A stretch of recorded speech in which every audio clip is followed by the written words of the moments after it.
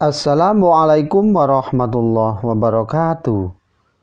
Selamat berjumpa lagi di channel Jas Merah. Dalam kesempatan kali ini, saya akan menjelaskan tentang tekanan orang kafir kepada Nabi Muhammad SAW, bahwa tekanan yang dilakukan oleh orang-orang kafir terhadap dakwah Nabi Muhammad SAW terus berlangsung. Akan tetapi, sedikit pun beliau tidak sakit hati atau dendam. Bahkan Nabi selalu ramah terhadap mereka yang dengan terang-terangan memusuhinya. Bahkan suatu hari, ketika seorang kafir yang biasanya memberi kotoran hewan di depan pintunya, beberapa hari tidak meletakkan kotoran. Dan Nabi berusaha mencari tahu. Ketika diketahui orang yang sering memberi kotoran di depan pintu rumahnya sedang sakit, sehingga Nabi Muhammad menjenguknya. Walau usaha untuk menjenguk orang tersebut tidak mudah, bahwa Nabi tetap berusaha, yang akhirnya beliau dapat menjenguk orang tersebut. Demikian itulah pribadi Nabi Muhammad SAW.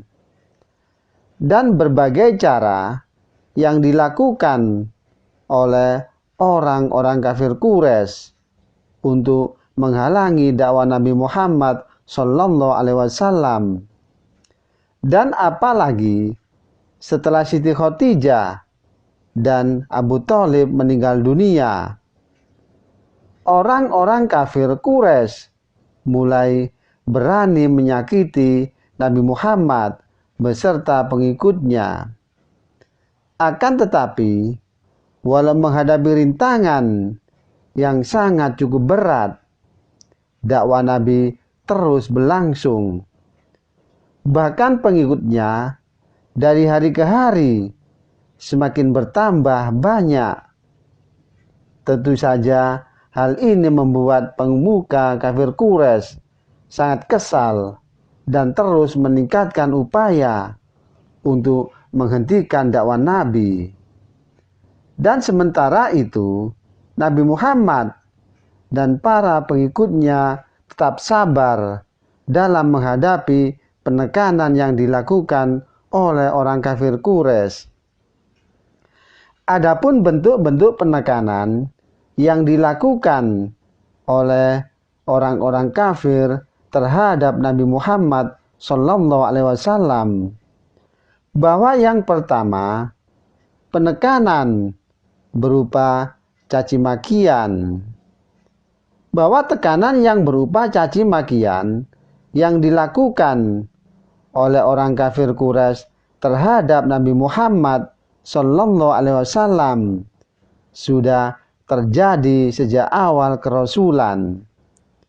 Dan sebagian besar tokoh orang kafir Quraisy memberi umpatan dan cacian terhadap Nabi. Orang-orang yang sering melakukan adalah Abu Lahab, termasuk paman Nabi, kemudian Abu Jahal. Dan kedua orang itu paling gencar melakukan caci makian kepada beliau. Akan tetapi, semua perbuatan kedua orang tersebut serta yang lainnya diterima dengan sabar oleh Nabi Muhammad. Dan penekanan yang kedua berupa aniaya, di mana pernah ketika Nabi Muhammad sedang bersujud, ditumpahi kotoran hewan yang baru disembelih. Dan setiap pagi rumah Nabi Muhammad diberi kotoran hewan, bahkan tidak jarang mereka melempari rumah kediaman beliau. Dan semua perbuatan mereka diterima oleh Nabi Muhammad dengan sabar dan tidak sekalipun mempunyai rasa dendam terhadap orang-orang yang menyakitinya. Dan penekanan yang ketiga berupa pemboikotan.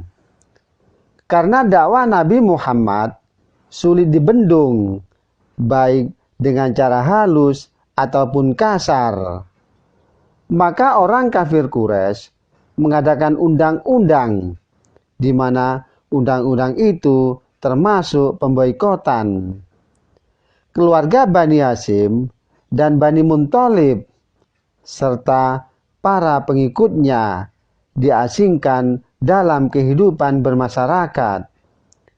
Mereka diasingkan di suatu lembah yang sangat tandus dan kering, dan dilarang mengadakan hubungan dengan masyarakat pada umumnya, sehingga membuat Nabi mengambil keputusan agar sebagian pengikutnya untuk hijrah ke Habsyi atau Habsah.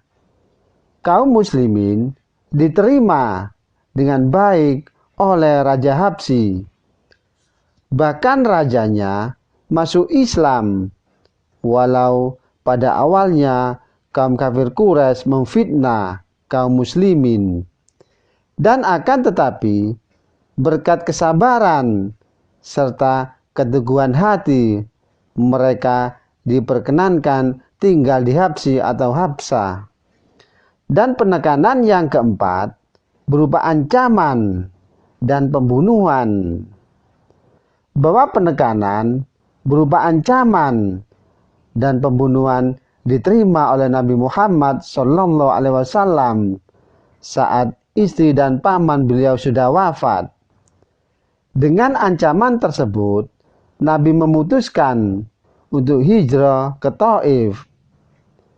Walau kenyataan di situ rakyatnya tidak bersahabat, dan akhirnya dengan perlindungan dari salah satu pengemuka kaum kafir Quraisy, yaitu Mut'im bin Adi, Nabi dapat kembali ke kota Mekah dan mulai dakwanya, yang masih banyak penekanan yang lain yang dilakukan oleh orang kafir Quraisy. Dan semua penekanan tersebut diterima dengan hati yang sangat sabar. Oleh karena itu, sebagai umat Nabi Muhammad, kalian juga harus mencontoh sikap yang sabar dan keteguhan hati yang dimiliki oleh Nabi Muhammad SAW. Karena dalam menjalani kehidupan, kalian akan menghadapi banyak cobaan dan ujian. Cobaan dan ujian yang diberikan oleh Allah Subhanahu wa Ta'ala untuk mempertebal rasa iman dan takwa.